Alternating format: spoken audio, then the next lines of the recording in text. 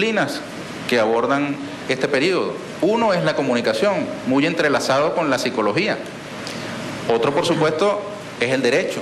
Nosotros no pretendemos sustituir desde la psicología ni desde la comunicación el derecho, el ordenamiento jurídico, las agencias del sistema penal. Pero los tiempos de la comunicación y de la psicología son distintos a los del sistema penal.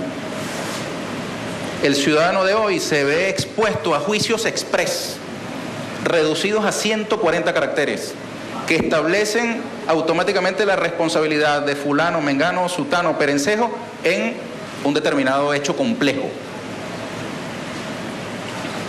Hay una matriz instalada a nivel internacional que pretende mostrar, y hay abundancia de publicaciones al respecto, como que las víctimas de la violencia en Venezuela son víctimas del régimen, de la dictadura, del gobierno del presidente Nicolás Maduro Moros.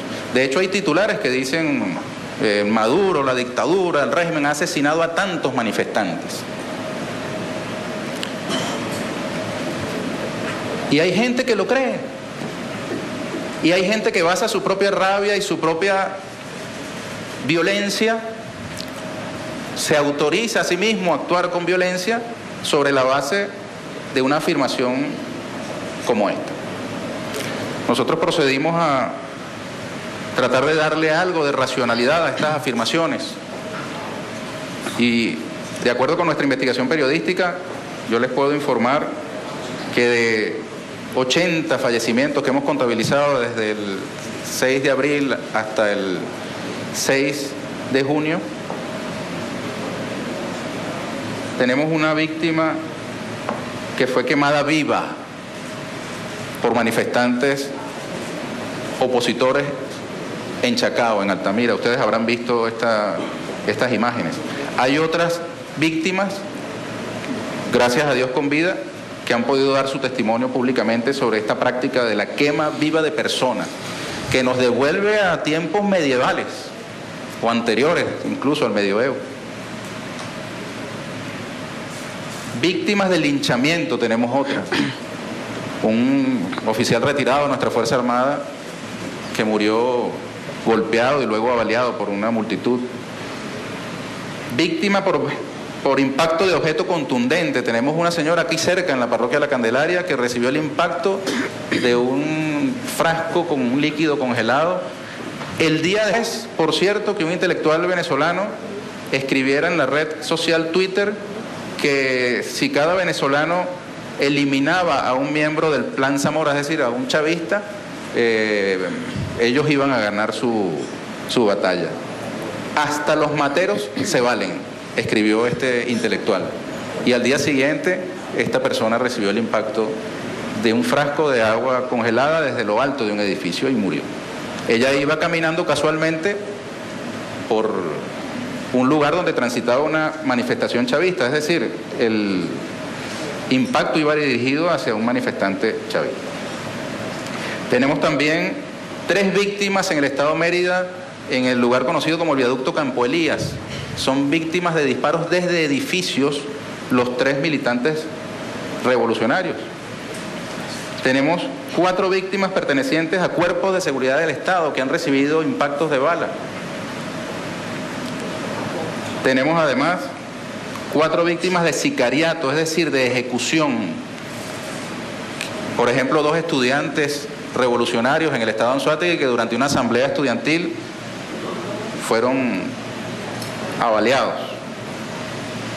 Tenemos además 8 víctimas por barricadas, es decir, personas que transitando, ejerciendo su derecho al libre tránsito, se toparon con una barricada y al traspasarla recibieron, por ejemplo, la persecución de elementos armados que les dispararon, o un motorizado, por ejemplo, que eludió una barricada y fue arrollado por un vehículo. Tenemos un juez dentro de esas víctimas por barricadas que al traspasar la barricada recibió disparos. Era el juez que confirmó la sentencia contra el señor Leopoldo López. Tenemos 8 víctimas que murieron electrocutadas durante un saqueo a una panadería en la parroquia del Valle. Terrible, como todas las muertes, pero esta en particular, terrible. Tenemos 11 víctimas que el Ministerio Público no describe como manifestantes. En el informe presentado por el Ministerio Público para conocimiento de la sociedad venezolana, disponible en su página web, 11 víctimas no estaban manifestando según la descripción que el Ministerio Público ofrece. Y tenemos otras 13 víctimas que no estaban manifestando para el momento en que murieron o recibieron o fueron víctimas del hecho que determinó su posterior fallecimiento, que no estaban manifestando según el testimonio de sus familiares o de testigos. Y tenemos 26 víctimas que en efecto hacían parte activa de alguna manifestación contra el gobierno para el momento en que fallecen o son víctimas de un hecho que conduce a su fallecimiento. Entre ellas está, por ejemplo, entre esas 26, un muchacho que fue arrollado en el Zulia, en el estado Zulia, por unos particulares que iban a traspasar una barricada y este muchacho falleció. La totalidad de estos casos se atribuyen coloquialmente a la responsabilidad directa del presidente Nicolás Maduro o de los chavistas. Por tanto, los chavistas son unos asesinos. Por tanto, merecen un castigo. En ese razonamiento medieval merecen incluso ser quemados, ser linchados.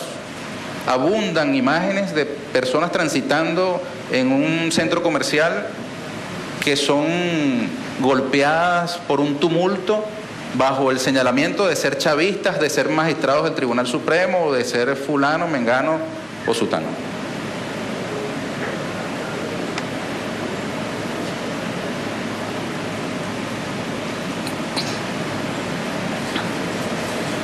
Hay una categoría internacional llamada los crímenes de odio, ¿verdad? Que son crímenes dirigidos no solo contra la víctima que los padece directamente, sino hacia el grupo social al que pertenecen. Pueden ser afrodescendientes, pueden ser inmigrantes, pueden ser judíos, pueden ser sexo, género diversos, pueden ser distintos sencillamente. Hay que agregar ahora la categoría de los chavistas a los perseguidos por ese tipo de crímenes de odio. Se pretende atemorizar, aterrorizar y en última se pretende fomentar la violencia, una respuesta violenta de parte del chavismo, para justificar lo que ya vivimos aquí en Venezuela. El golpe de Estado contra el comandante Chávez fue justificado, pretextado sobre la base del señalamiento de que Chávez había mandado a matar a unos manifestantes pacíficos. Ustedes recuerdan eso, ¿verdad? Hemos venido viviendo un 11 de abril, eso ocurrió el 11 de abril del año 2002, en forma continuada o en cámara lenta, con una cifra de fallecimientos, y no les menciono porque no les hemos hecho seguimiento sistemático en esta investigación, los lesionados, los heridos, los daños materiales y psicológicos causados a la población. ¿Cuántas personas no están en este momento prisioneras de angustia, de incertidumbre, de temor, de depresión, de todas esas patologías que ustedes estudian y ayudan a curar o a tratar o a sobrellevar?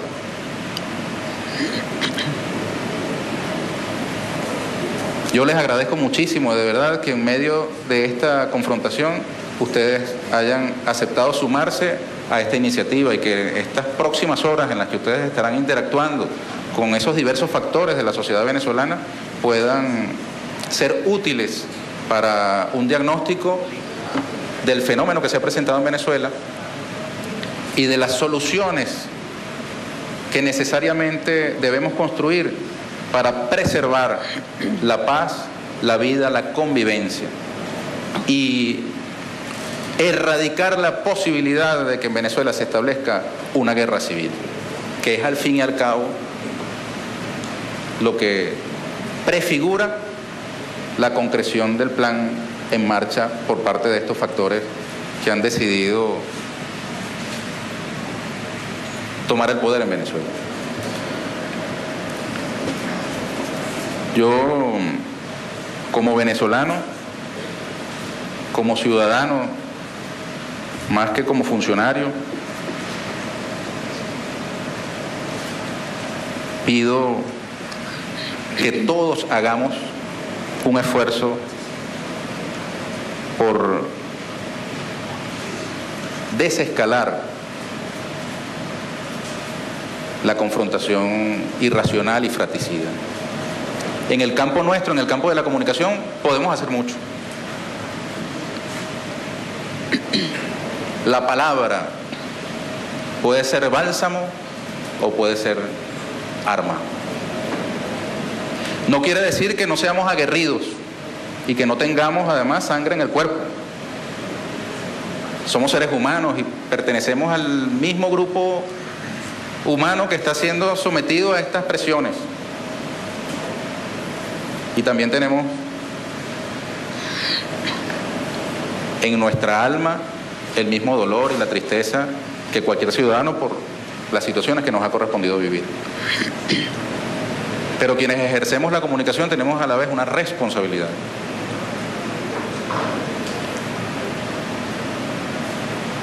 Y es contribuir o con la paz o con la guerra. El presidente Nicolás Maduro ha convocado un proceso popular constituyente, que es, al fin y al cabo, una propuesta política para enfrentar un fenómeno violento que se ha presentado en el país. Yo no quiero abusar de las etiquetas. Ustedes que son psicólogos saben muy bien a qué me refiero. Pero no dejen fuera de su radar la determinación de las características, la magnitud y la gravedad del surgimiento de un fenómeno fascista en nuestro país, cuya magnitud y profundidad está por determinarse. El fascismo es un fenómeno de masas. Ha sido estudiado harto. Y es un peligro para la sociedad. El fascismo le coloca en las manos a un niño un artefacto explosivo que puede costarle la vida, como en efecto le costó a un niño de Omar Lares, y que también lo convierte en un potencial homicida. Eso que le sucedió al niño pudo haberle sucedido al blanco del artefacto explosivo que él debía lanzar. El fascismo convierte entonces en homicida a un niño o en víctima a un niño. Y no tiene resortes morales que lo retengan, que lo detengan.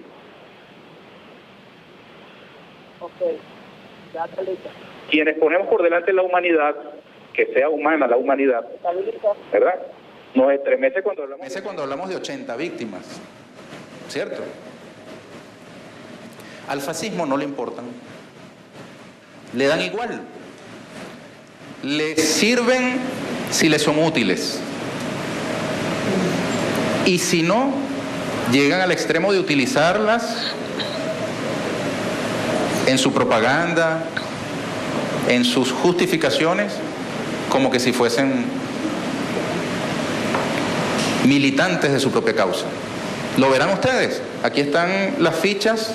Les voy a pedir a los compañeros que manejan la pantalla que muestren. Ahí están. Podrán ustedes conseguir todas las fichas. Llegué a ver una fotografía de unos escritos en la autopista hechos por militantes de la oposición venezolana que incluyen entre víctimas del régimen de la dictadura al oficial retirado de la Guardia Nacional Bolivariana que manifestantes de oposición lincharon en Cabudare, Estado Lara. Todas las víctimas son exactamente iguales, valen sus vidas exactamente lo mismo. Y lo que hay que tener es ojo para ver cómo esas vidas son utilizadas con una finalidad determinada, para justificar la profecía autocumplida de la violencia, de la inevitabilidad de la violencia.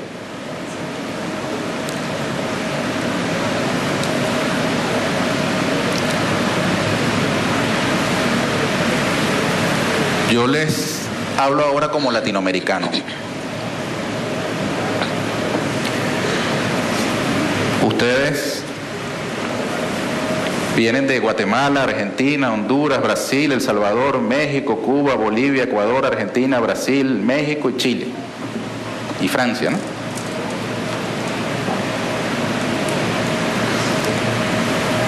De lo que ocurra aquí en Venezuela dependerá el curso de los acontecimientos en todo nuestro continente. Venezuela no es cualquier esquina o rincón del planeta. En Venezuela confluyen características estratégicas, nuestro petróleo, nuestra ubicación geográfica, nuestras fronteras, con una historia tremenda. Desde aquí salieron los ejércitos descamisados a liberar del yugo español a 5 naciones. Y cuando aquí en Venezuela se han producido conflictos de orden interno, la guerra civil, la guerra federal, la propia guerra de independencia,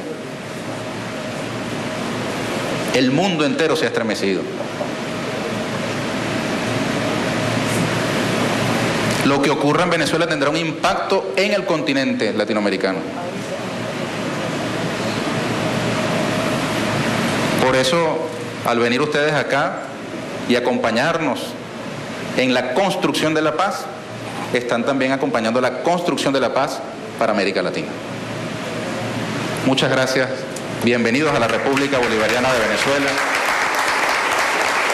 Que viva la paz. Que viva América Latina. Que viva Venezuela. Que viva la humanidad. Dejo pues instalado este primer Foro Internacional de Psicología, Violencia y Operaciones Psicológicas en Venezuela, que estará desarrollándose desde hoy hasta el próximo 14 de junio aquí en la República Bolivariana de Venezuela. Muchas gracias. Éxitos en sus jornadas.